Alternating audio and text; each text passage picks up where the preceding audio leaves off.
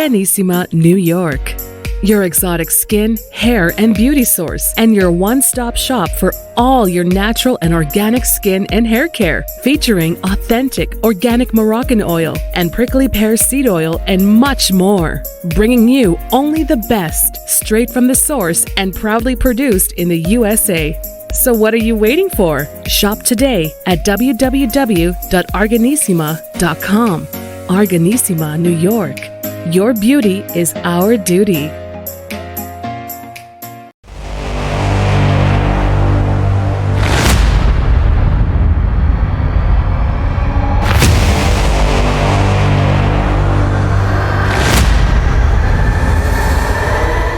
Folks, welcome back to the iHealth channel, iHealth Radio, and the Fitness Lab channel. Today, we're gonna go on a mission, literally, and you'll have some fun when I say the word mission once you know who my guest is. But it's a mission to change life, a mission to kind of train the mindset, and to really learn how to live happy, healthy, wealthy, both all mind, body, and spirit, which is the combination of who we are, and we do a lot of those discussions, and not every day I get someone who actually is an expert in this matter and who is dedicated now to do this and help people around the world to transform basically to a better being and live a life that's fulfilling and just what we all want. We want to live a happy, healthy, wealthy life, and at times it is difficult for all of us. We all go through our struggles, and it is always good to hear stories and get someone to drive us and at least remind us of what can be done, and that there can be things done for us to be better and live better. So that being said, I have with me today Jake Thomas, and he is a founder, a coach. He helps people, but a founder of Live Like Jake. It is his own concept, but also, I want to do one thing before anything else. He is a former Marine, so I salute you, Marine, and thank you for your service. So that goes out to all our veterans out there and all our, service, men and women out there. And thank you for the work you do. So that's due for as always. So thank you for that. And so, Jake, welcome to the show. Thanks so much, Hurricane. It's good to be here, man. Listen, you and I, we've been trying to get this going for a couple of months, but we made it, and that's all that matters. Listen, when we do this, it's not always, book done. I mean, sometimes things happen, and it is what it is. But the essential thing is that we're here, and we're going to deliver this message, and you do have a story and a message, and you are doing great work. But this work started, based on your own personal, journey. Yeah. Let's go there. What was, Jake like early on, and let's take it back all the way when you were, I guess, in the Marine Force, or if you want, whatever you want to take us, but let's bring us from that journey to the point where your life became unique and different, and how you were able to change it. Yeah, for sure. And again, thanks so much for having me. I'm glad we finally got to connect. Yes, sir. Also, but work the wait. I grew up the suburbs. I went to Catholic school. I had the quintessential makings of what looked to be a beautiful childhood. I had parents, even though they eventually got divorced, but we weren't the wealthiest of family, we weren't the poorest of family, but upper middle class, went to good schools and had friends, and looked on the surface all the right things. But beneath all that, there's a lot of deceit amidst my family, a lot of infidelity and abandonment.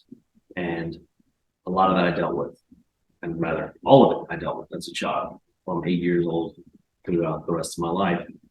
My younger brother and we kept our mouths shut. We just handled things as they were. We were separated from our parents. Our mother abandoned us when we were kids. We lived with the unfaithful father and his wife, and just the materialism of it all, the facade of it all, to be looking like, hey, everybody's smiling and they're the perfect family. We weren't. And that really bothered me from when I was a kid all throughout my life. I just held my tongue. And so I ran to the Marine Corps, because to me that was better than where I was. So I went to that for solace, of all places, to the military. And that's where I first started to learn about myself and the forms of self-reliance and discipline, really more than anything, and fortitude and resilience and honor and courage, commitment, duty, character. Because I didn't really have any of that growing up. I didn't have the examples of it. My father was a great sports coach, but he didn't tell me really anything about being a gentleman. Not much about class, esteem, prestige, chivalry, manners, kindness and generosity. And I had to learn all that on my own. So kind of growing up and becoming a man and learning things, what I thought to be manly, was what I had to create. And the Marine Corps gave me a lot of that, because that began the process of me creating the man I always needed in my life but never had, essentially. Mm-hmm. And from there, that's how I kind of built the foundation of the company. The company started with leadership principles, with characteristics and traits that are commendable, something that you are living the life worth living, life that you can look back upon and say, this is credible. I am acting. I'm not just becoming, rather, I'm not just appearing to be, I am becoming. Because if you are not embodying something that you are trying to exude, it's falsified. It's empty words. You're not carrying anything. So for me, it was really the Marine Corps where I first started to learn, like, action is the antithesis for anxiety. And in order to become, you cannot just appear to be. And that's where I started to kind of acquire what I was admiring, other people, places, and things. And that started the path to self-mastery. Well, so Jake, amazing. You are pretty much a representation to a lot of people. I mean, it's. I know that today people are watching and listening that probably can relate to your story, and we all have parents at a point or another in our lives, but depends on what we get from them early on. Sometimes there is some stuff that we can take from them. Sometimes there's not enough, whatever the case may be.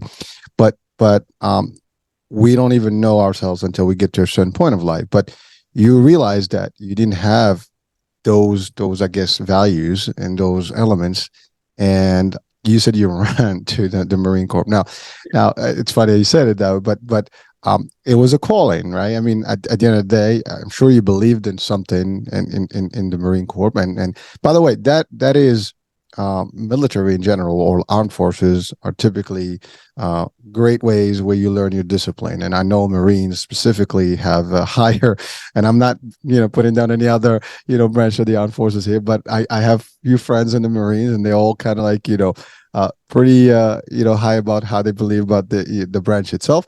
But the fact is, it teaches different, I guess, values, and to your point, leadership and honesty and honor, and all these things are things. Discipline is the first element. I mean, certainly you're going through the boot camp business, it's a lot of work, and it's all about drilling you down to becoming, a new person. And that's actually, I mean, I have not served, but I've been in the martial arts, which almost follows similar concepts of ranking and concept of respect, discipline, all the stuff. It's really based on the same concept. And so I understand that. And, I mean, that was my route when I was a kid, but really these are values that you don't just obtain overnight. It's stuff that you have to get used to. I mean, just you have to earn it. Exactly. You got to earn it, but also you have to put the time and the effort and the sweat. I mean, even blood, if I'm not mistaken. All of that stuff has to come up, but not everybody is made to actually serve, for example, or to get into because it's not easy. It's not for everyone. People sometimes they don't have what it takes to be a Marine or to be just in armed forces, or sometimes they just don't see it as a route. But the fact of the matter, it is a life-changing experience. And now I'm not sure if you've seen any tours or you've been in action, but I mean, that also changes the person in a whole different way. Now, again, we can talk about that if that's, part of the discussion, but the idea is that you've learned certain values that you may not have had. Now, not everybody is going to have the opportunity maybe to go to a Marine, or any armed forces type of, lifestyle, or at least, as they transfer themselves into becoming a full value person, right? But they do have the ability, for example, to follow, a program like yours, because you are taking all the stuff that you've learned, and you're applying it now, and you're sharing it with people. But so we'll talk about that shortly. But now, I know you served, you did all the stuff, and then I know you talked about the startup or the company. But in between, I know your story was difficult. There was a point of life where things were not right. If you don't mind, because I think that's a big picture for a lot of people. And the reason I'm asking is that we all have that moment in life where shit is not doing right. No, for just sure, things are not going right. Somehow it's a dead end. Whatever you feel, the world is against you. You don't belong anymore. Things happen somehow at all different levels of our lifespan. We do have these moments, and some have worse than others, right? Yeah. Oh yeah. And so you've gone through that. Let's talk about that phase, because I think that's the other part of what drove you to where you are today. Because maybe if Sure. you haven't experienced that, you wouldn't be today. Yeah, Who that's you for are. sure. That's for sure. That's for sure. All right. So Um, I, I was a child of 9/11. First of all, back to the kind of the motive to get in there. It wasn't just about running away from home. I was a senior in high school during September 11th, and can remember that obviously day very vividly. So my motivation was a lot of that, but I also had the guise, or the disguise rather, of this family, discontent that I had going on and discomfort and whatnot. So it's perfect. I can join under the shadow of, like, it's for 9/11, but really for this other reason. They just happen to work out together. So I had patriotism, but other self-interest that just happened to correlate with each other. But yeah, man, the biggest thing that I got to remove more honestly was an identity, because you become a Marine. Right? You are a Marine. You are not just in a club or a fraternity and it's still your name like forever. You have that title of Marine. And to me, Semper Fi. Semper Fi, brother. And like to me, it was like, every single day I had purpose, I had pride, I had direction, I had this sense of just selfless dedication about me that I'd never had before in my life. It was like, wow, this is something I can lay my head on, or hang my hat on, so to speak. Something I can pen a legacy signature to. That I was like, this is what it's supposed to be like. This is what wholesomeness is supposed to feel like. It wasn't about the mission. It wasn't about the war and agreeing with that and the politics and all that stuff. Because at home it's one thing, but like overseas it's a completely different thing. Like at home you're thinking about, this is the enemy, F them, blah, blah, blah, blah. But like overseas, it's completely different. There is no politics about it. It's just you and your boys, or the people you're with. Like that's where you're insulated with. That's the war, so to speak, or that's what you're fighting for. It's not like you're fighting for anything back home. It's the immediate surrounding.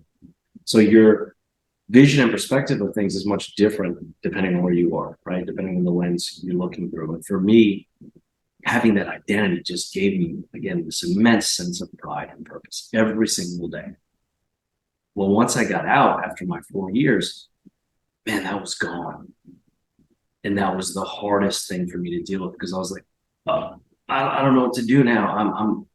Am I still a Marine? I think I'm still a Marine. I mean, I know I'm still a Marine, but like, I don't have the mission anymore. I'm not wearing the camouflage. I don't have the order of operations, like this whole like, I know no matter where you are while serving, you know exactly what's going on for the most part. Don't get me wrong, there's occasional spontaneity, but almost every single day, you know what you at least don't have to worry about.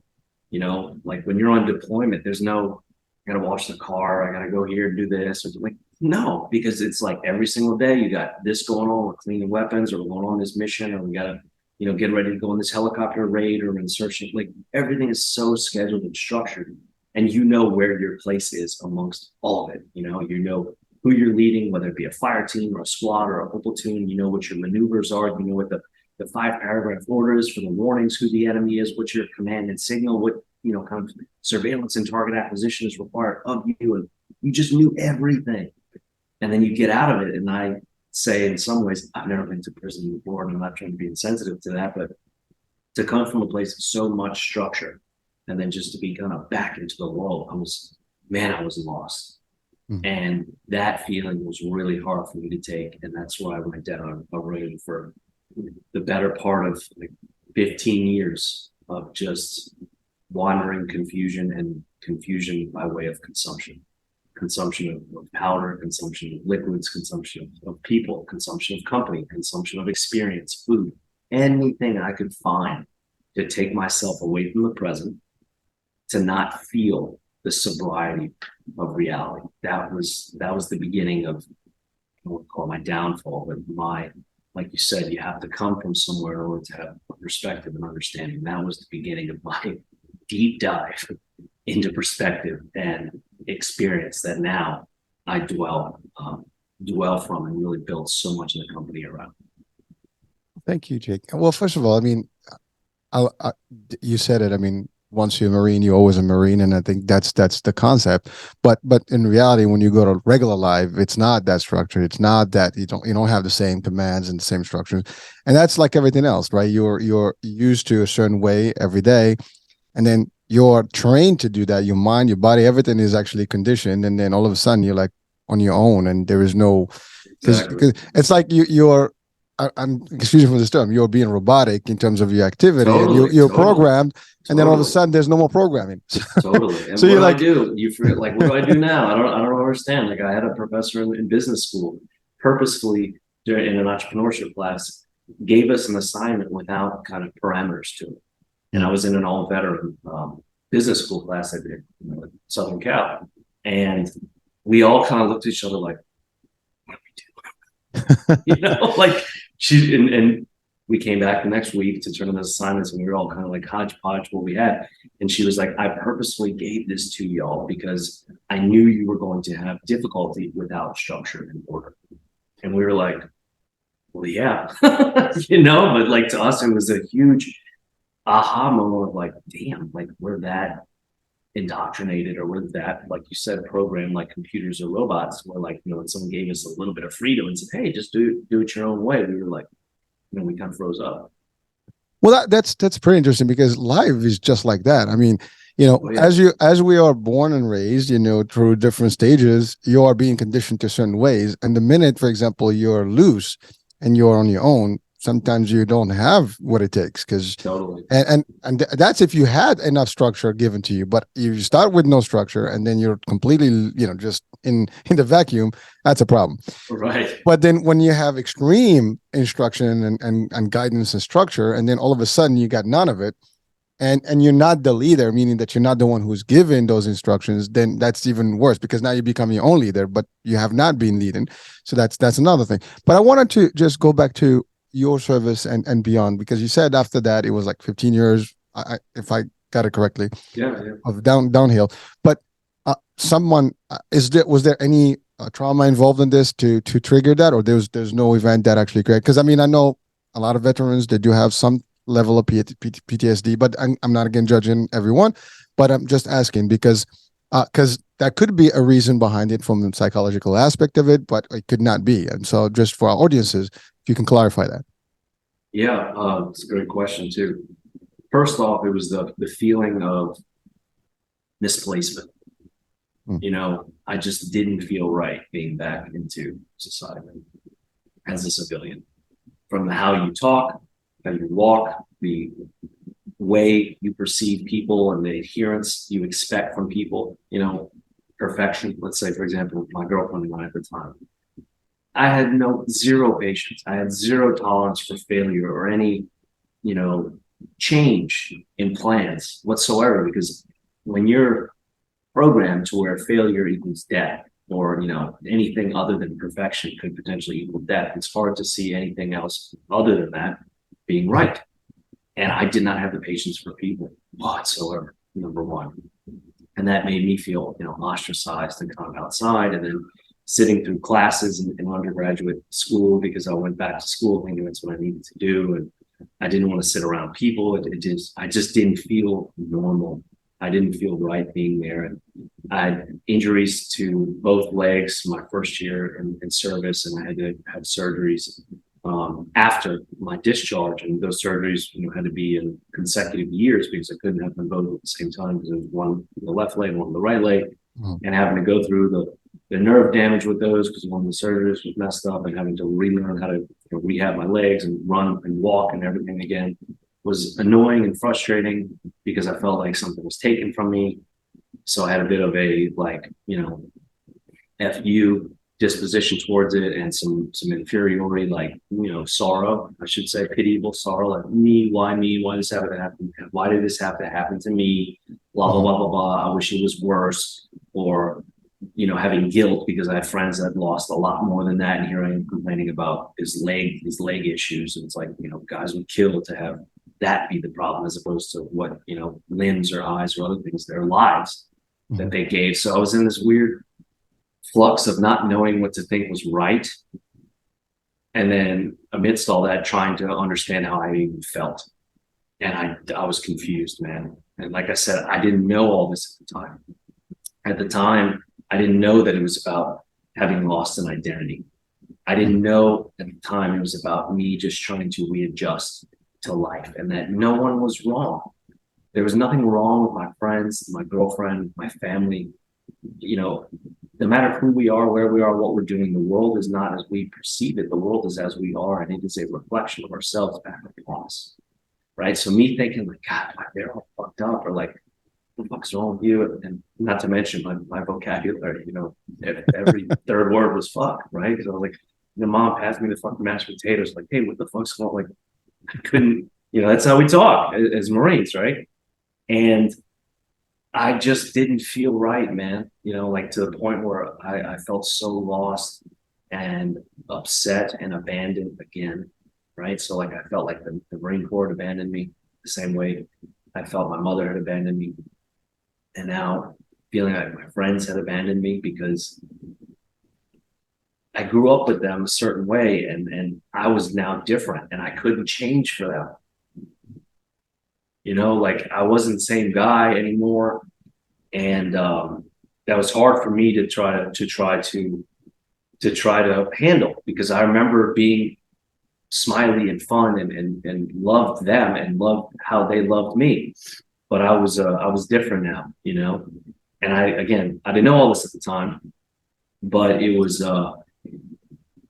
what was driving my confusion. And so in order to deal with that, I drank and I consumed, and I took pills and I snorted powder and I slept with lots of girls, and I did anything I could to make myself not feel the feelings that I was having, so that I could somehow, I don't know, try to numb them through what I was, essentially self-medicating. Well, thank you first for sharing. I mean, that's pretty, a lot of details. And, I think it's important because people may not understand what it means until they see the full picture. And again, it is a difficult task to readjust. And especially when you went that young, that's the other part. I mean, you were young enough. So your conditioning was like, it's like, that's the only programming you will have now. Yeah. And becoming back, into the reality of things is not going to be fitting, and you will have the questions. And to your point, there's all these, do I fit in? Which world? It's like you're almost like in a transition mode, and you don't even know where do you belong. Totally. And then you had what most people would do, just you want to just kind of numb yourself through it all, and just kind of keep through the emotions and just going through it. But then there's a price to that, right? I'm sure you've probably alienated some people, and you hurt yourself physically as well. But there was a bottom line. There's like a point that was defining in your life, past this point. I mean, you've gone through these years of just the same, still lost. But what was that defining moment that actually woke you up? I mean, so to say, because I know there's got to be a trigger point, enough is enough. Oh yeah. My younger brother is an attorney. Okay. Brilliant attorney, which for a younger brother means I can never talk down to him anymore, because he's intellectually superior to me, and he certainly thinks so, and he knows. So he was coming. We were talking one day after law school, the law school class that he had just come from, and I loved listening to him kind of discuss things that he had learned, because I just thought it was fascinating, and I was so proud of him also. So anytime he wanted to share, I was curious, and I just loved to listen to him talk about his school and what he was learning, because to me, I was, again, just so proud of him. And we were talking about statutes in Louisiana and specific codes of law that have mandatory sentences based on the crimes. And he was telling me, he's like, yeah, did you know possession of a firearm along with a controlled dangerous substance, or a CDS, is a mandatory 10-year sentence? And I was like, oh, wow, that's interesting. I had, at the time, this is 10 years ago, I was always carrying a firearm in New Orleans. Always. I always had a gun on me, either on my person or in my vehicle. Always, always, always. And at the time when he was telling me this, I always had a bag or bags also on me or in my vehicle. So the combination for years, every day, every night, everywhere I went, everywhere I drove, regardless of what I was consuming, what type of influence I was under, I always had a firearm and a controlled dangerous substance, a CDS, on me for years. And when he told me that, I was like, wow, how many bullets, pun intended, have I dodged that would have been mandatory 10 years, minimum 10 years, right? Not to say what could have been tacked on had, it would have been some type of being under the influence while driving. God forbid I hit someone and then there's manslaughter, voluntary, involuntary, otherwise on top of that, or worse, to think about like just me going around partying, dealing with my problems the way I was, so to speak, having all that sorrow and taking it out spitefully on the world in the way that I saw to be the right way, or the way I didn't give a fuck. So like, fuck you, this is what I'm doing. That way of life had a minimum of 10 years behind it. Dude, you're fucked. You know what I mean? I'm no tough guy. Like, yeah, don't get me wrong. I'm a Marine and I can fend for myself. But I don't want to go there. I don't want to go to the state pen or federal pen. Like that's not where I belong. I don't need to go prove that battlefield to anybody. God, no. And to think back of all the years that I've been doing this, all the days, all the nights, all the times I've driven, where I had my guns, where I had bags on it, and to think like, my God. And that was just that was the first real wake up call. But it wasn't enough, but it was the first one. Wow.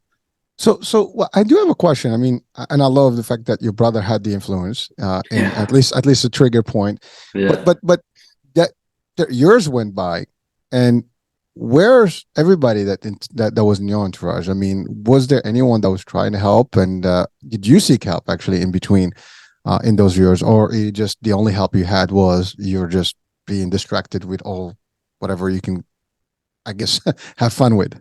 Oh man, I was a master of disguise. I learned that real fast, first off. And the way that I did it was I always stayed in shape physically, because I had friends that did not make it out the way that I did as far as in living, and succumb to their own vices through overdose or otherwise. And I remember whenever they would pass that it was always like, it was so obvious that they were headed that way. Why? Because their health, their physical appearance was the first thing to deteriorate. He lost all this weight. She got really pale. We don't hardly see him anymore. She doesn't talk to anybody. Like the writing on the wall was so obvious again. And so like anyone that's going down a path of overuse or abuse of drugs or alcohol or otherwise, let me tell you what to look for. They're going to get pale, first off, because they're spending a lot of time indoors. So what did I do? I made sure I was in the sun a lot. I would tan in tanning beds on purpose to never look pale, so people couldn't pin that one on me. That's number one. Again, the skin is the greatest sign of health that you can see in someone. The vibrancy, just the color of the pigment and otherwise. And the same thing with lacks thereof. You look at people that look slimy and translucent, and that's their largest organ in their body saying, hey, I'm fucked up, right? Mm-hmm. Second thing was I kept my physical shape. People knew that was a thing that I always had. It was, again, a piece of my identity. It was like I was always working out. I was an athlete all my life. I was a Marine, and I made sure to always stay in shape because, number one, it's what I wanted to do, but I knew it also would hide what was going on beneath me. So those were the real two big things. Like I just maintained pigment in my skin, and I worked out really healthfully.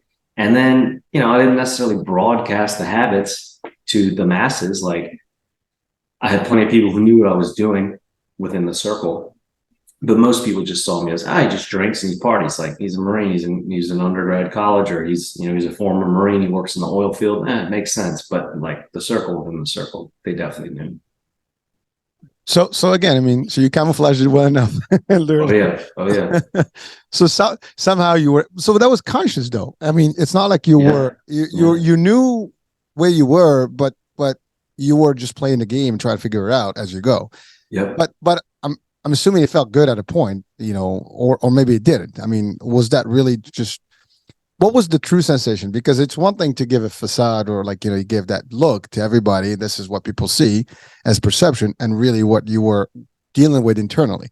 And it seems that you had almost an ability to do that and just to keep going, which, by the way, a lot of people do that.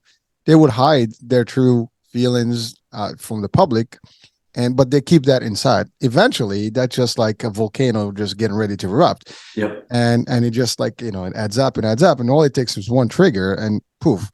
Now, I did read that you get to a point where you had some awful thoughts, if we want to call like, maybe, I guess, terminal thoughts.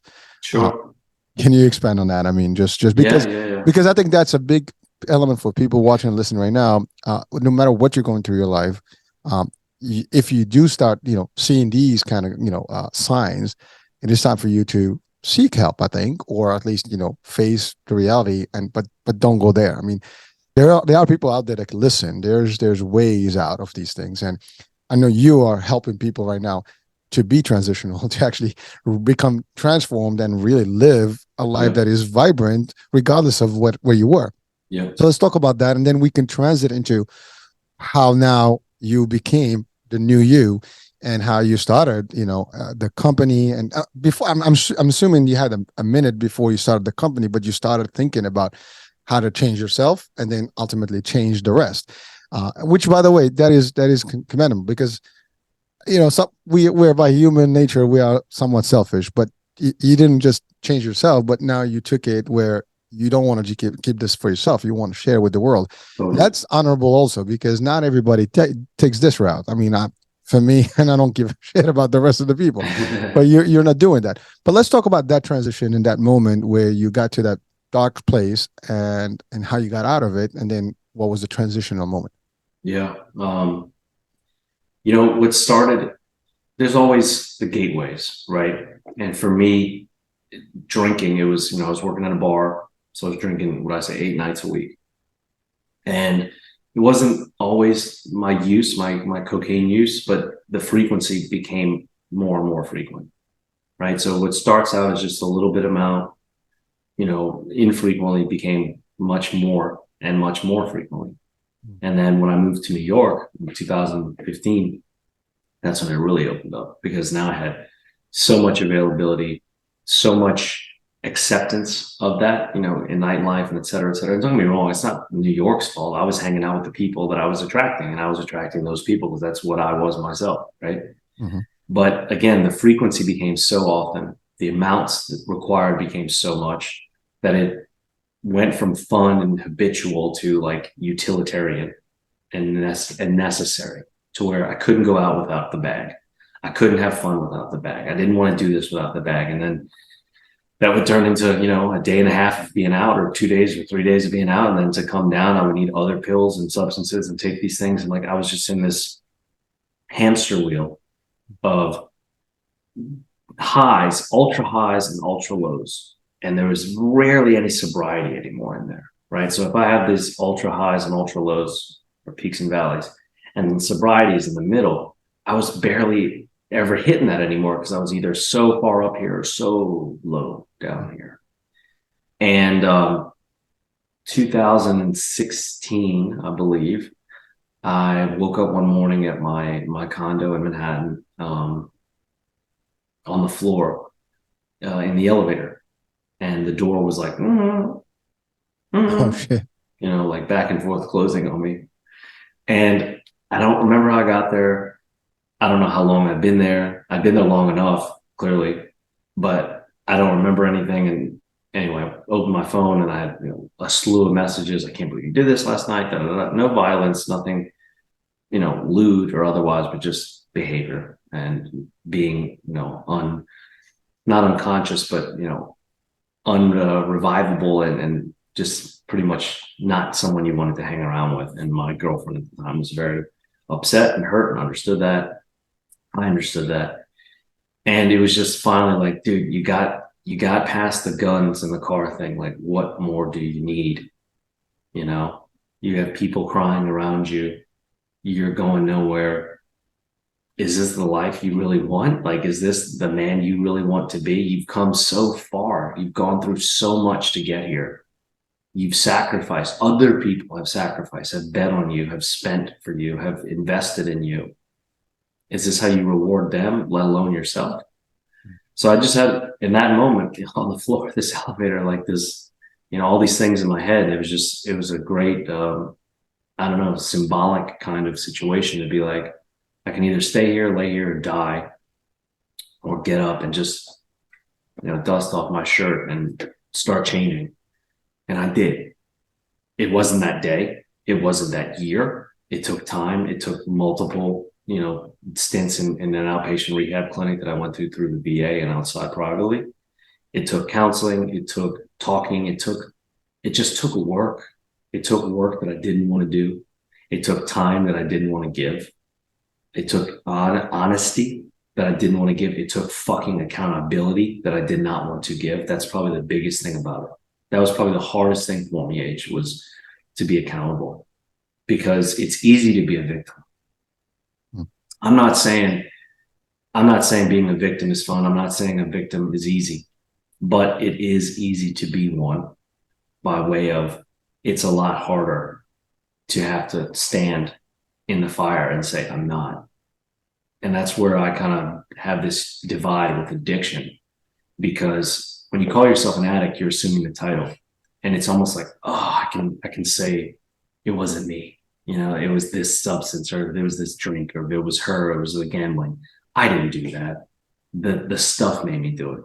Fucking bullshit.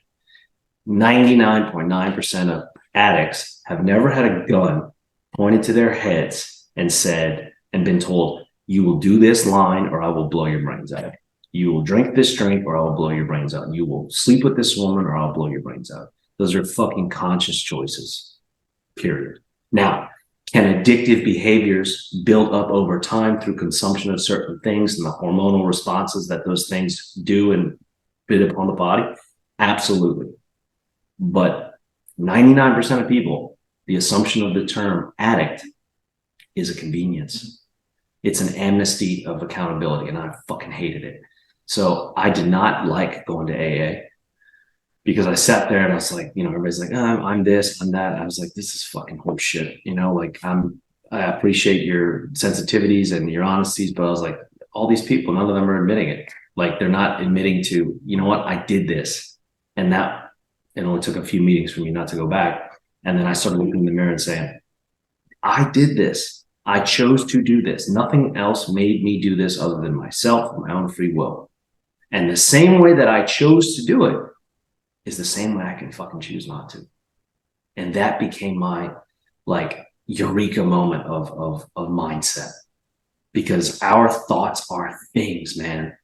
And the same way we can think ourselves into anxiety, paranoia, depression, or anything that's adverse to happiness and content, we can use that same power to think ourselves out of it. And I sprinkled in a little bit of Marine Corps leadership, some discipline in there, some stoicism, traditional, conventional wisdoms, philosophy, ancient and modern and otherwise, a little bit of religion even on top of that too. And I started to form this concept of okay, putting this formula together, this system, because we do not rise to the level of our goals. We fall to the strengths of our systems.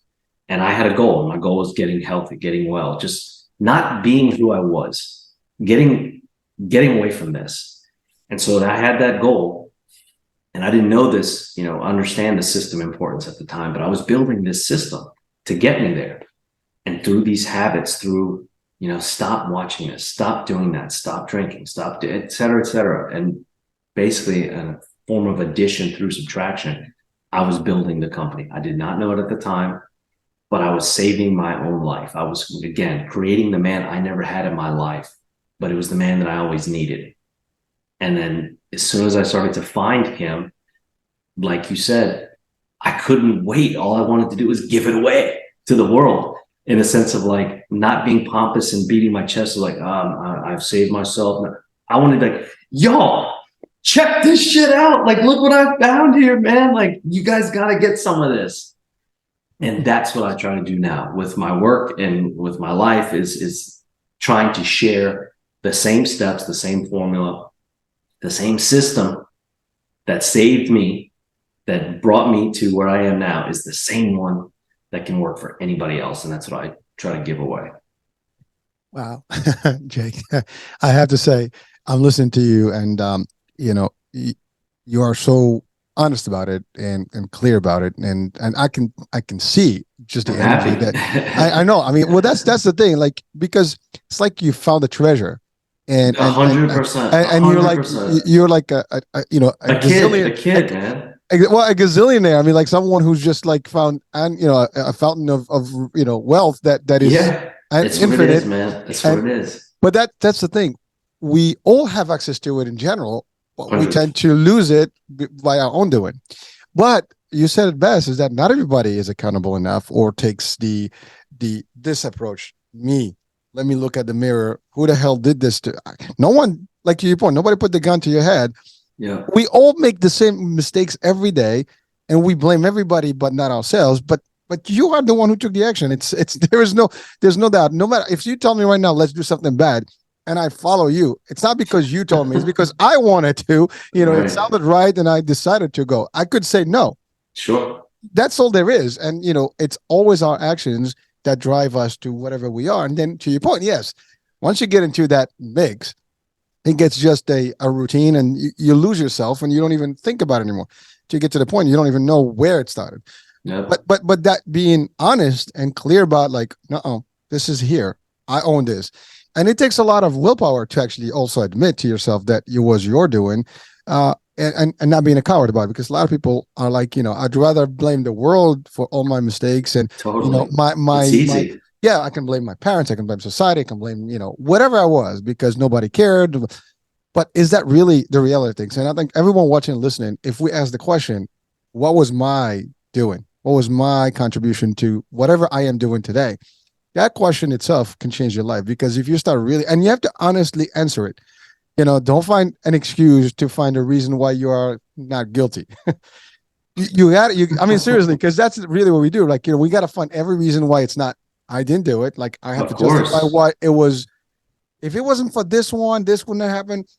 But were you there or not? I mean, it takes two to tango. You were there. Yeah. You tangoed. Yeah. You partaked, right? So Yeah. that's there's no kind of concept here where you can eliminate yourself from the equation. You're part of it, right? Right. So you have to get out of it. But you did. It's hard, And man. It's not, because it's not what we want to do. You know what I mean? I agree. It's like it's consciously seeking suffering for personal growth. You don't see it like that. Like, don't get me wrong, I wasn't this stoic about it then. You know, I wasn't like, oh, I'm consciously seeking suffering for personal growth. Very Epictetus and Marcus Aurelius. No, at the time I was just like, you're a fucking coward. Look yourself in the mirror and admit it. Don't look away until you admit it. But you did. And I think that's, you know, I think that's a big position for people watching and listening. We might not have, maybe someone watching right now, this doesn't apply to me, but I guarantee you there is someone that knows someone and knows someone that knows you in your circles, or at least, you know, the message can be, you know, given to other people and shared with someone that may need the help. And there's a lot of stuff, but the idea of you not being aware of where you are, or just like blaming the world and get into a dark place. And again, some people, sometimes they take another way out, which basically they term their life. They get to that point where they think that's the solution, and that's, again, not an acceptable outcome. No. You know, we don't want people to go there. And yes, people, we are weak as humans, and we do have, to your point, higher lows, and sometimes you just, shit happens, life happens, and you feel sorry about yourself, and you just kind of drown yourself into something to just kind of almost like immune yourself to the rest of it. It's just like, you know, I don't want to know anything. You know, you kind of like keep yourself on the radar. Ignorance can be bliss, right? Yeah, exactly. Well, that's what it is. Like, you know, the ostrich effect. I put my head down. Yeah. You know, I don't care about what's going on. I'm cool. Yeah. But you're not cool. You're just getting worse. Yeah. But coming out and facing the reality of things, and really taking the necessary steps. Yes, it's brutal. I know it took you a lot of work and a lot of discipline to get back. It also took you had to go to the VA, you had to go to the sessions, you had to do certain things, you had to give up some things, that you were so used to. Your body had to adjust again.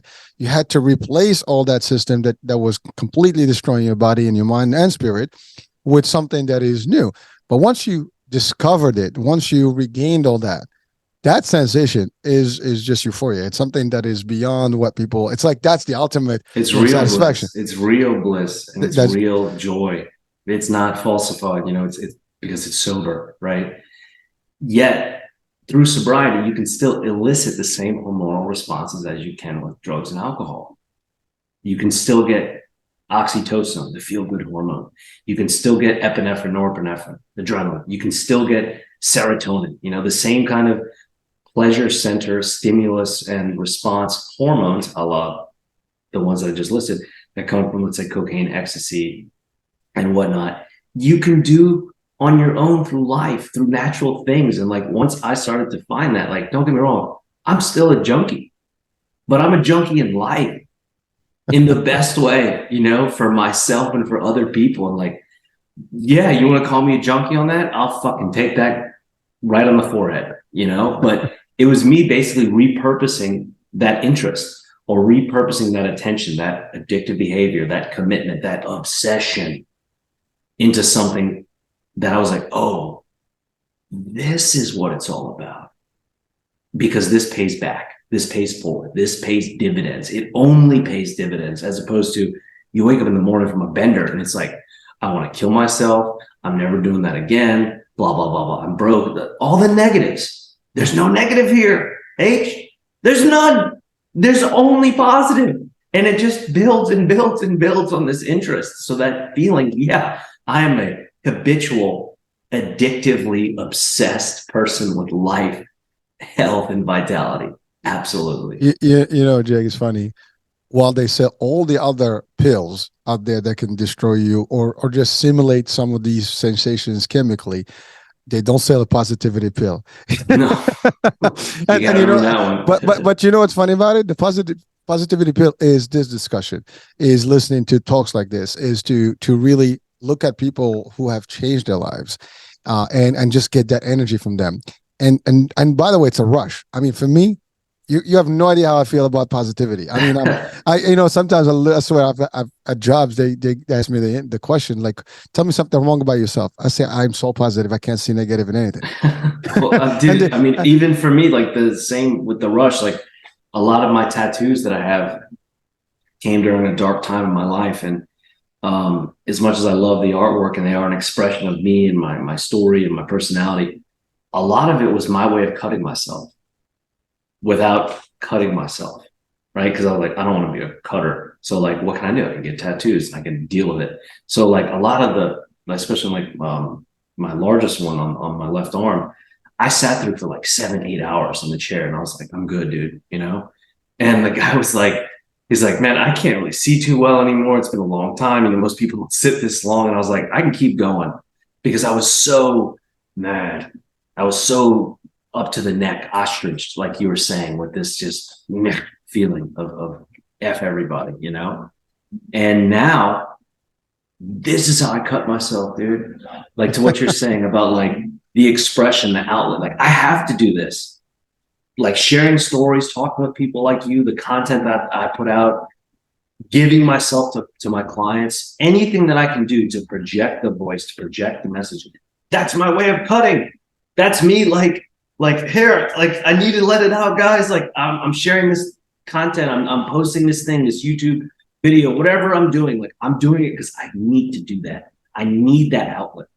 I'm so full of joy and happiness that it's like you said, a volcano. It's just coming out of me to where I'm like, dude, I got so much. I don't need it all. Y'all have some, please have some of this. Trust me, it's fucking good for you. Well, it's funny because when you get to that level of positivity, you don't feel the need to hold on to it. It's like energy, right? You get to a point where you have to admit it. You have exactly. Well, it's not going to run out because you have the source now. You actually you are generating the positivity. Yeah. So it's like you have an infinite. I'm an emanator. You know, Exactly. like, yeah, there you go. There you go. It's available. But so now let's talk about that. You found it, you're excited about sharing it, and then you decided to really take it on the road. So now you started Live Like Jake. I mean, I love that whole title of the foundation or the company, because people like, what does that mean? I mean, live like Jake. I mean, is it the before, the after, right? Obviously it's the after, right? But what does that look like for someone? And who are, I guess, your clients, because, or your customers? Because I understand that you're giving up to people, you're giving back to people, and you're sharing this, your experience, but now you're changing the lives for those that probably are going to similar experiences that you've gone through. And maybe even some people that may just entertain going through that route, or maybe just people to just become positive, because not everybody has the positive outlook in life. And unfortunately, with everything that goes around us all the time, we just kind of have almost no option but being negative, because you hear a lot of nonsense. And our subconscious is absorbing all that stuff, and then it becomes whatever the mind hears, the mind express, the body, and your personality is going to express. And so if we hear positivity all the time, you're going to get positivity. You hear negativity, which again, in our circles, we hear a lot of it. Oh, shit doesn't work. Who do you think you are? Blah, blah, blah. It's not working. You know what? You should just do this. Let's have some fun. And you hear all the stuff, but you don't get like, you got this, you're going to be successful, follow your dreams, do whatever it takes. I mean, I literally, if you look at my feed on Instagram, TikTok, and all the stuff, every day I pump like few, of these clips from all these positive people in the world and these memes, because I actually absorb them and I share them. I absorb them and share them. And the reason, and every day kind of keeps me on the same tune. It's like, you tuning up every day, because out of sight, out of mind, the minute you start, not seeing them, you start getting the other influx. I don't want that. I want to keep seeing that. So again, it's my tool, but you're right. You're doing this now. How do you, I mean, first of all, what is your program like for people? And, how easy is it to actually go through the program? And what are some of the tools you use to help people, get from where they were to where you are today? That's fun. All good questions, and where to start. It's life like Jake, but it's really life like you. That's what it's all about. Life like Jake is just, it rhymes. It's my name. It makes sense. It's true. Don't get me wrong. Like, it was a play on the whole fact that this is what I did to get my life right. But like, if anything, it's just three easy words. There's good SEO because of the word life, like, and Jake. So it's Googleable. It just worked out at the time. And even then, I didn't know that I was going to build a company around it when I first did it. When I first kind of came up with the name, the fact that you said, what does that even mean? I was like, perfect. That's the perfect response to it. Meaning people are like, I don't get it. What does it mean? Define it yourself. It means whatever it does to you, to each person. And now I really say, like I said, it's life like you. So from that, the core principles, the core beliefs, things like being a man for others, putting priority on curiosity, having the curiosity of a child. I've got 20 different core values that I've put on to people right from the beginning. But to start, it's really about understanding them, each person's individuality. Because as much as it's about their health, it's about self-actualization, autonomy, and self-mastery that we're trying to get to here. And at the foundation of all of it, H, is nutrition. Why? Because the single most effective thing we can do as human beings in regards to our health is controlling what we put into our mouths. We are in a war out there, Hurricane. A war against poison. Poison that has been fed to us, to our children, to our parents before us, and that'll likely still be here for generations to come. Eat these foods, get sick. Consume these medications, stay sick, stay dependent. Drink this alcohol to numb yourself and keep yourself less healthy, further sick, and also less intelligent. Wake up the next day, drink this stimulant a la coffee to falsify your sense of energy and keep you on this perpetual hamster. Go to your job that you actually hate, work too many hours to not actually have self-time for personal growth, development, et cetera, et cetera, et cetera. That's the American dream. Cool. That sounds fucking terrible. And yet, the majority of our country, and I'm going to go after the US mostly on this because it's us leading this charge, is sick, is uneducated, is plugged in, and thus they are not unplugged, and believe and subscribe in this system because they think it's what is right and good for them, yet it couldn't be more diametrically opposite. The foods that are out there by way of processed foods, more than anything, refined sugar and carbohydrates, there's a reason why something like, a third of American adults are obese, and something why one in, I think, five, maybe it's 1 in 6, I forget, American children are obese. That's not random.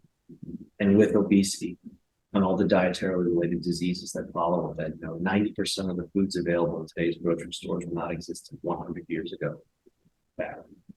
90% of today's illnesses and diseases were not existent 100 years ago. In fact, is that a coincidence that those two are parallel like that? I don't think so. The amount of money that is spent falsely and ignorantly by all of us thinking we need this supplement, we need this attitude, we need this thing, we need this place, you need nothing. 99.9% of us need nothing. Again, there isn't, of course, allocated room for the outliers, but 99% of us can heal our diseases, can heal our ailments. Besides trying to help someone regrow an appendage that is missing, of which I'm still not totally saying we can't do it, because that's how much I believe in the power of the human body and what's capable of healing. But everything else, oh, you have depression? Fucking bring it to me. You have anxiety? Fucking bring it to me. You can't get off drugs? You've been hooked on dope for 40 years? Bring it to me. I have worked with people and helped people do things that were supposed to be medically impossible or scientifically not possible. Good friend of mine I've known all my life. He's supposed to be 40. He's been prescribed Xanax since he was a child for anxiety and depression. For the last 30 years, he's taken a pill every day and every night for his anxiety. He's been with me for about 5 months now. He hasn't taken a pill in 3.5 months. Wow. No medication, no doctor, nothing. Started with a diet plus a few habits. That's it. That's not downgrading the work that he's doing. That's not being insensitive to the effort that he's making. No, but that is the beauty and the power of the human body. It's not about a diet. It's about the removal of the fucking garbage that's out there. That is basically everything that people consume. The oils, the false types of ingredients that are littered throughout everything that we eat. Like one of my clients is a first grade teacher, and she sent me pictures of what kids are eating at school. Candy, sweets, crisps, chips, like bullshit. I mean, even me, like going and visiting my lovely brother, the attorney. Rarely have I seen his daughter, my godchild.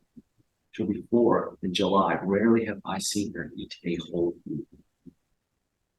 Meaning, I've never seen her eat a strawberry. I've never seen her eat a piece of chicken or fish. I've only ever seen her eat Skittles, Starburst, cookies, pastries, sweets, and treats. And what are her friends eating? The same thing. That's not the child's fault. It stems from leadership. So what do the parents do? Well, they drink every night. Do they eat well? They think they do, but they don't. How much processed food and nonsense is in their diet? It's literally.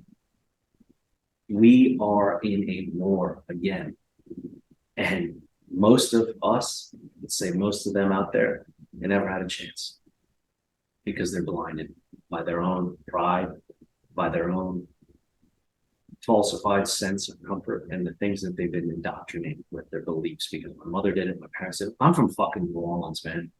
My mother's from Mexico. Like, I'm well qualified in eating very decadent and rich foods. I'm well qualified in drinking. I've got 10 championship banners hanging up in world-class drinkers organization. Okay. Like, I can speak to these things.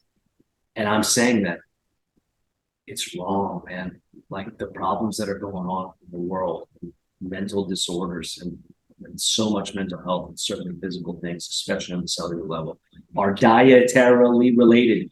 You do not need these supplements. You're not losing the fight in the gym. You're losing the fight on the fucking plate. So my programs, no matter who you are, whether they're the teenagers that I have, the Marine Corps Scout snipers that I have, the Army Green Berets, the Iron Men and women, the average Joes and James, the 72-year-old grandmother, the 71-year-old grandmother, the 62-year-old Iron Man, friends, family, acquaintances, and otherwise, all of them start off getting their diets under control. And through my years of research, that diet has been a whole foods animal based, period.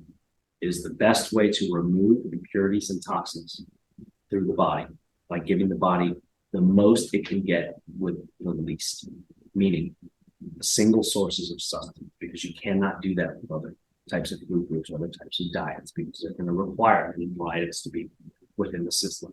So it starts with nutrition. Wow. By the way, I agree with you. Great, any million times you want, but because you're right, it's, our bodies are, I mean, you have this with the religion The concept. most amazing machines in the world. We are The most resilient. amazing machines in the world. We are the most, resilient. also the most fragile. That's but right. The most amazing machines in the world. The body is capable of healing itself with the proper, I guess, nutrient and I guess removing yourself from the bad stuff, because we are exposed to bad stuff, to your point, from the minute. And by the way, you hit it right on the money, because when you're talking about kids, I make a joke with my kids, and I don't know where we go wrong, because I mean, I'm gonna take guilt, and accountability as well, because I'm not the whipping, like wrong. Like, if anything, it kills me to see, because I'm not being the judge or the critic. I'm the observer. I'm the anthropologist. You're right, by the way, but I think we all have this dilemma, because no matter how, so I can tell you my own experience, right? So I'm a parent, and I've made sure that we have good food at home, cooked meals and stuff. We hardly do the stuff, and every now and then, we fall into that whole, let's eat out, and you get a lot of sodium, a lot of sugar, a lot of nonsense. But then, I mean, obviously culturally that's become almost like, you have to, but we minimize that to a degree. Mm-hmm. But from the home stuff, our kids, when they were little, they ate our food, they ate everything. But then everything around them is, to your point, is the pizza, is the pasta, is all the fake food, or like, exactly, nothing is really nutrient enough for them. And but they can't eat everything else. Somehow it's like almost like it's drilling their mind, this is the only food they can eat. Like, literally, we'll have a bunch of salads and stuff on the table. Like my son, I fight with him every day, and if he listens to the show, I mean, he's 16, so I tell him this all the time, dude. I don't know why, but you don't eat any fruits or vegetables, and it's not because we don't have them. You'll have a full plate, and they'll actually grab something different, or pop up something.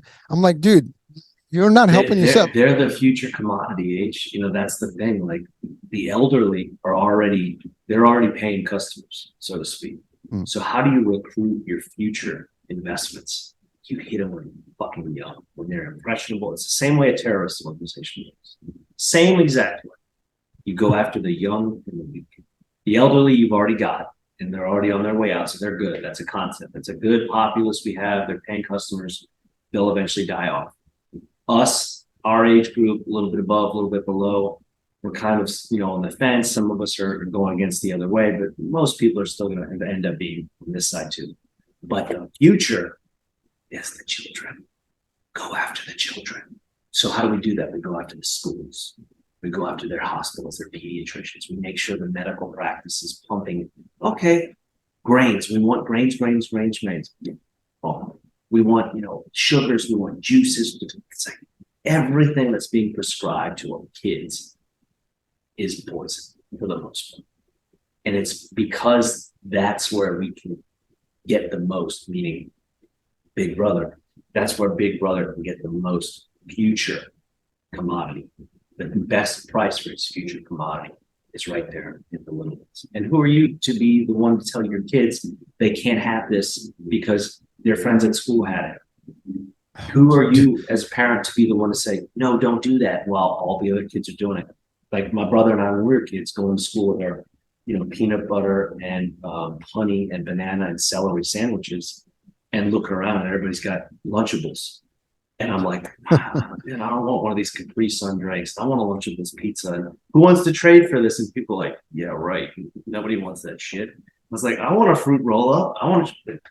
It's junk, man. All of it is junk. And my heart goes out to you. every other parent, my brother and his wife, like, I don't know. You tell me, man, what do you do? What can you do? Bro, I have to tell you, it is hard. I mean, and it's, you almost, there's a point where there's nothing you can do unless they actually awake themselves and kind of see it for themselves when it hits them into the health. I mean, about a couple of years ago, my son was, we went to the doctor and she said he's pre-diabetic. That was a certain wake up call for him, and we finally cut him, some carbs and stuff like that, and he was able to start doing some exercise, and that turned out well. But still, to date, I mean, I'm always challenged with them. I mean, they don't eat, the same way we eat, and it's not like, again, it's not like, it's funny. You go shopping, you spend money, the fridge is full, the cabinet is full, and they open up like, it's not an eat. Get the hell out of here. But really, this is my own struggle, and I shared publicly because I know that other parents are having the same difficulty, and when they're younger, you have a little bit more control. When they get a little older, again, everything around them, to your point, is pointing the same. Their friends eat a certain way. I mean, my daughter orders food every day. Well, we have a full meal on the table. Right. And that's not our kids. That's not your kids making those choices. That is an altered sense about them. That is an altered version of them. That is a program. That is an addicted behavioral pattern that is going after that same stimulus to get the same response. That is not our children. That is not our families. That is not us. That is the result or consequence of eating that. Like, you think about snacks. Let's say chips. I'm gonna go after young brands, Fritos and Tostitos and everything, Lay's. We'll go after Coca-Cola, all of the drink companies and all the chip companies. Let's say this is not going to be the correct formula, but let's say Coca-Cola is C6H12O5NO2. That is not correct, but just for the sake of the example, C6H12 NO5 or NO2, whatever. You give it a molecular. Right. Yeah. So let's say that's the molecular formula.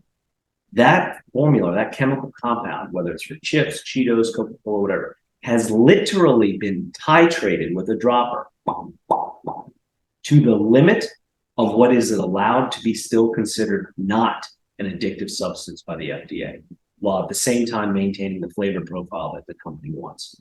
So it has literally been engineered to have the flavor, but at the same time be as maximally close to the addictive substance line without being considered an addictive substance.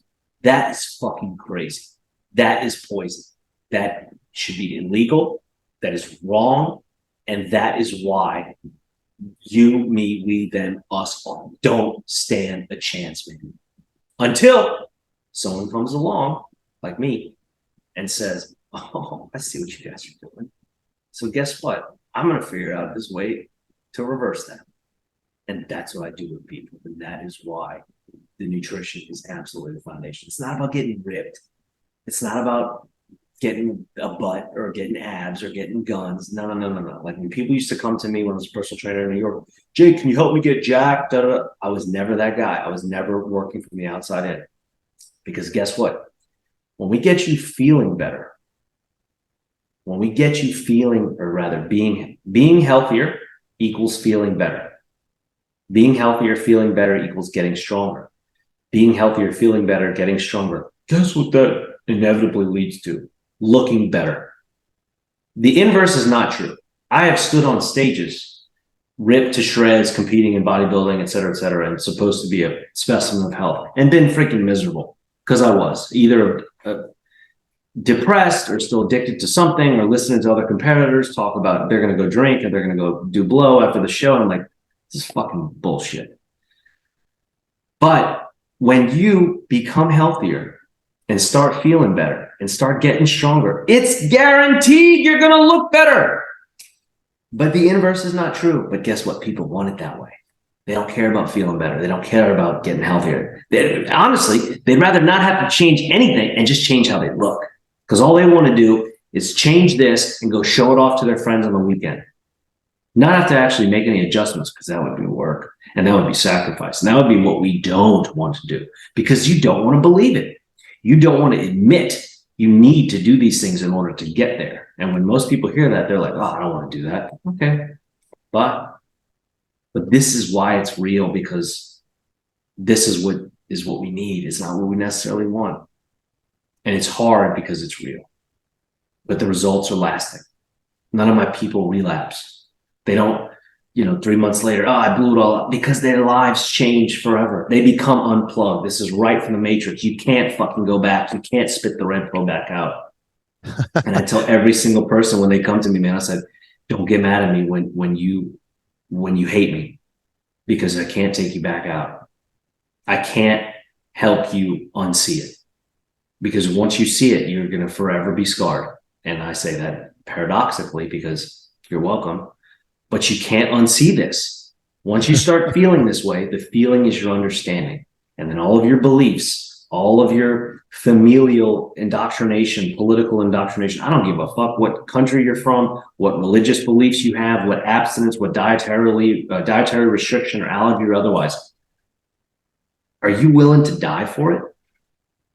Most people aren't. They might say they are, but I'd love to put that to the test and put guns to people's heads and be like, tell me you're really ready to die for this way of thinking. Are you? I don't think you are.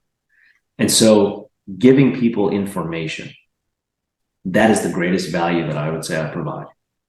It's not about teaching something novel, or I'm Thomas Edison and I figured out how to do the light bulb. Nah, it's like, no, all of this information has been within you. It's embedded in your DNA. It's an intrinsic quality of being a human being.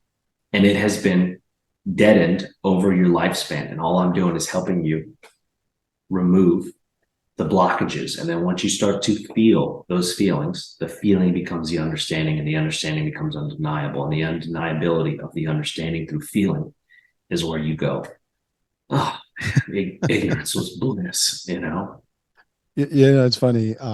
While we're talking, before you actually mentioned the Matrix, I mean, I was thinking about just staying in the same. Oh, that's my movie. I love that movie because, that movie is probably the closest to the reality of what we are today and what humanity has been pretty through. Good. And Ready Player One is probably where we're headed, sadly. Oh, yes. Yes. But yes. The Matrix, yeah, man. Yeah. Well, but you know what? You're right. The red pill, blue pill. Most people are on the blue pill. You take the red and they can't unsee what you know.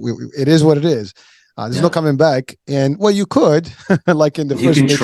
You can try. Like put me back as somebody. Right. And how'd that work out for Cypher? It didn't work out. Well, but you know what? That's the reality. And but it takes people to have the will to make the change. I mean, not everybody is volunteering to this.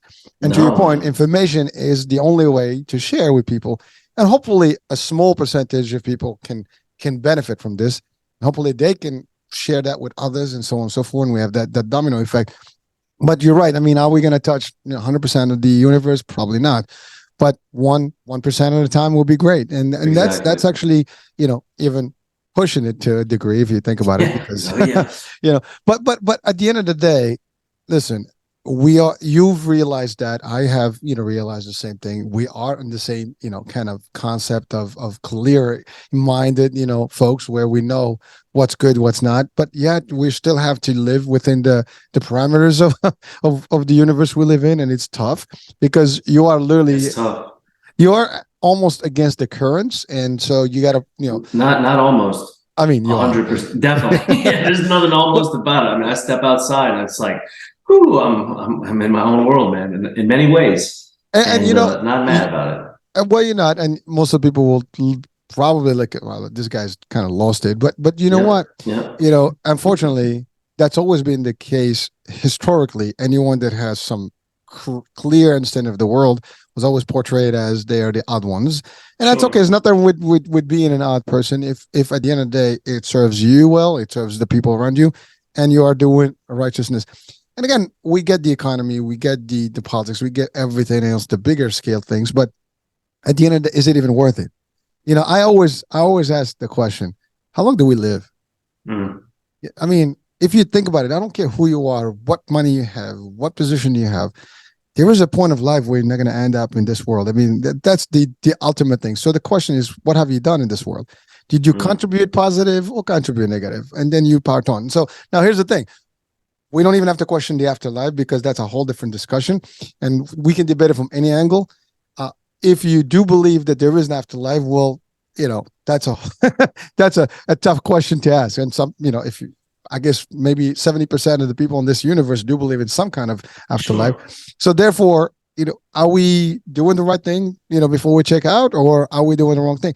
And by the way, even if there is nothing after all, let's pretend that's the case, and we'll entertain that idea. But the idea is that if this is it, what is your contribution? Are you leaving it better than you found it? Exactly. I mean, yeah. At the end of the day, even if this is the end, here and this is it, and there's nothing beyond, well, let's just be the best that we can be and be positive contributors and good contributors. That in itself is a good, way of living. But that takes a little level of, I don't know, you have to be at a higher plane than most, because it's not for everyone. We'd love to have everyone there. I mean, that would be the ideal, but it's almost going to be, because most people, everything that is wrong is usually sweeter. I mean, you said it, think about it, right? Pun intended. Well, but it's true, isn't it, right? When you're doing we think everything is like, it tastes good, it feels good, but it's really wrong for you. I mean, you take sweets, they taste good.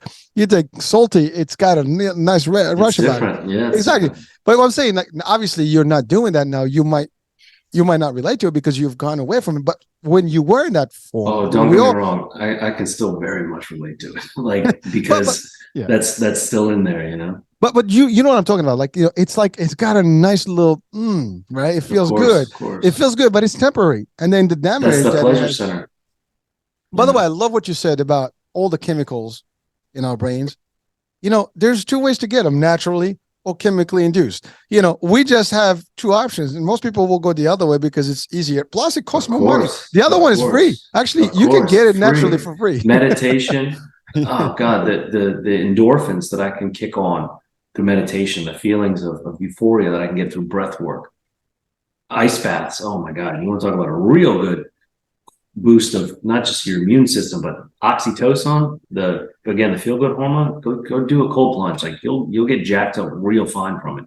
So the ways we can do that are, I recently did a 72-hour hard dry fast. Same thing. Got ultra euphoric towards the end of it, and found all kind of new feelings, new insights, new bits of enlightenment, by going into the proverbial desert that I put myself through. And that's why I do these things, whether it's subscribing to a 1 meal a day strict carnivore diet for 66 days, where I ate only 1 meal a day within a calorie deficit, strict as a carnivore, that I've been eating now a carnivore diet for over 3 years, or animal-based carnivore diet. And right now I'm 27 days into a strict lion diet.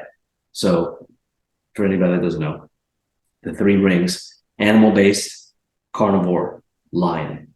Animal-based meaning the majority of your calories come from animals and animal byproducts. So that's the denominator. The numerator can be whatever else you would like to be making up the rest of the calories. I would not put junk food in that numerator and still call it animal-based. No, but if you want to get fruit, whole vegetables, or whole foods, or otherwise, I say if you can pick it, pull it, or kill it. That's a good way to define animal-based. Pick it, pull it, kill it. Within animal-based would be carnivore. So no more pick it and pull it, kill it only. So animals and animal byproducts. But within that is the lion. And the lion would be ruminant or polygastric animals only, salt and water. And that's it. And I'm at day, like I said, 26 or 27 right now, that one. And it's a trip. But those are my deserts. Those are my deserts. The greatest thinkers, intellectuals, stoics, thought leaders, creators, theologians throughout history have used 3 things to elevate their consciousness: to speak to God, to find their ways with the ultimate being. Extended treks, prolonged fasting, and isolation. All of them use the same thing. Jesus, Muhammad, Gandhi, doesn't matter. I mean, pick Aristotle, pick whoever you want to put into that. Prolonged fast, extended treks, and isolation. So these are my ways of pulling those levers to go into those deserts and find my elevated states of consciousness, or me being able to talk to my supreme being, which is, guess what? It's you. Jake, I have to say, I mean, we've exceeded the hour, and I'd like to spend more time, but I have to say, it was just delightful to just have this conversation. I mean, I enjoy every piece of it. First of all, the story behind your, transformation, the discussion about the healthy part and nutrition, how that is important.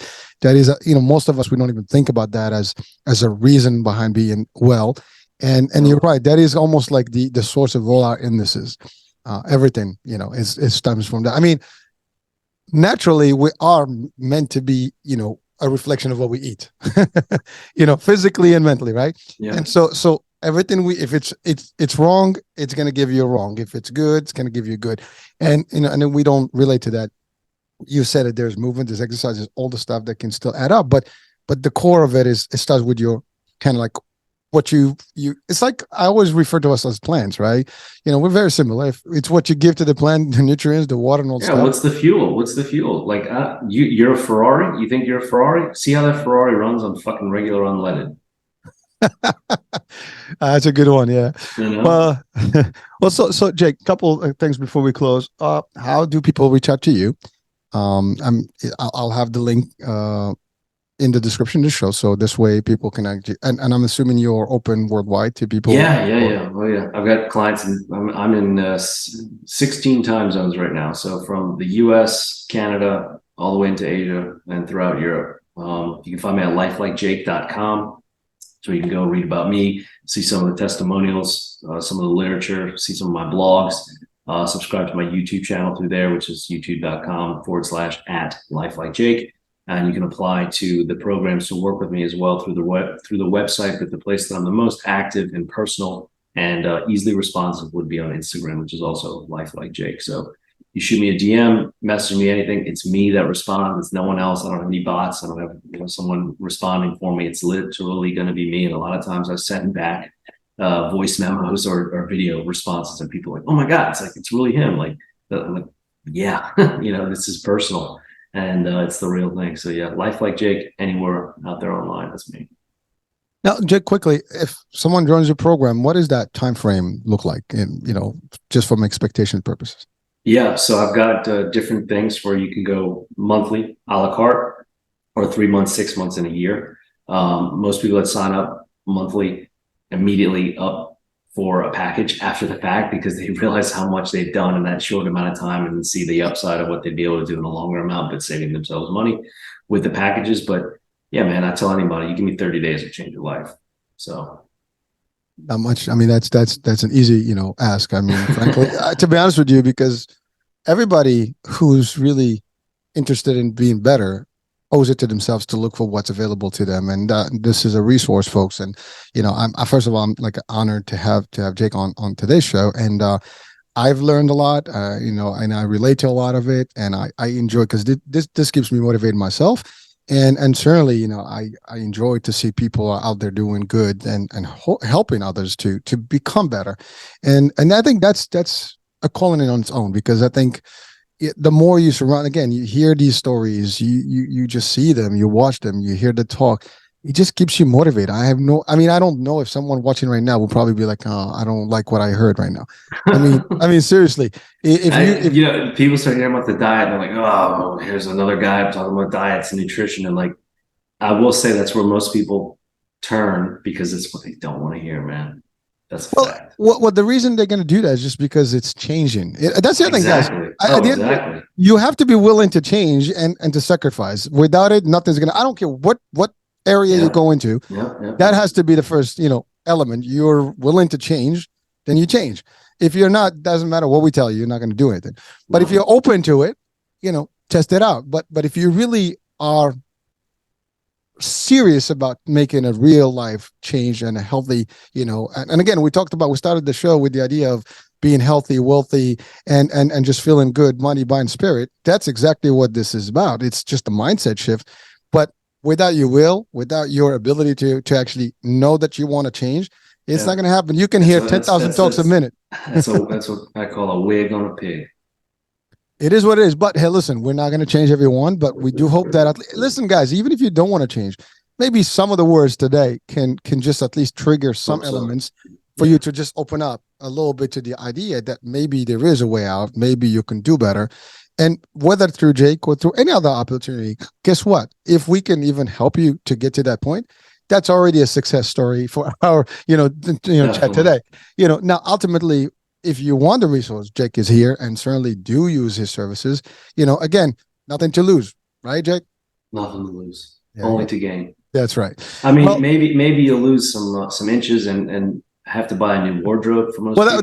That's a good loss.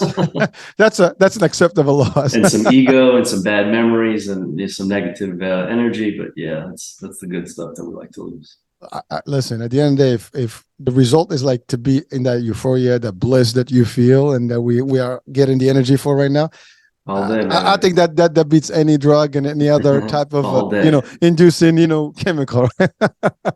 All day, brother. All right, Jack. Well, listen, it was a pleasure and an honor. Thank you so much for being with us here, and I really enjoyed it. Any last words of wisdom to share with our audiences today? No, thank you so much, Hurricane. I appreciate the time and the space and letting me share. Like I said, it's an outlet for me to be able to do this, and it's a need. And just to impress upon everybody else out there, you might be the individual, it might be your journey, but remember, it takes all the people to make the world. All right. That's it, Jake. Thank you so much. And folks, thank you for being with us, for watching, for listening in. And yes, do check out, the link and reach out to Jake. Or share. If you don't think this is for you, maybe for someone, share it with others.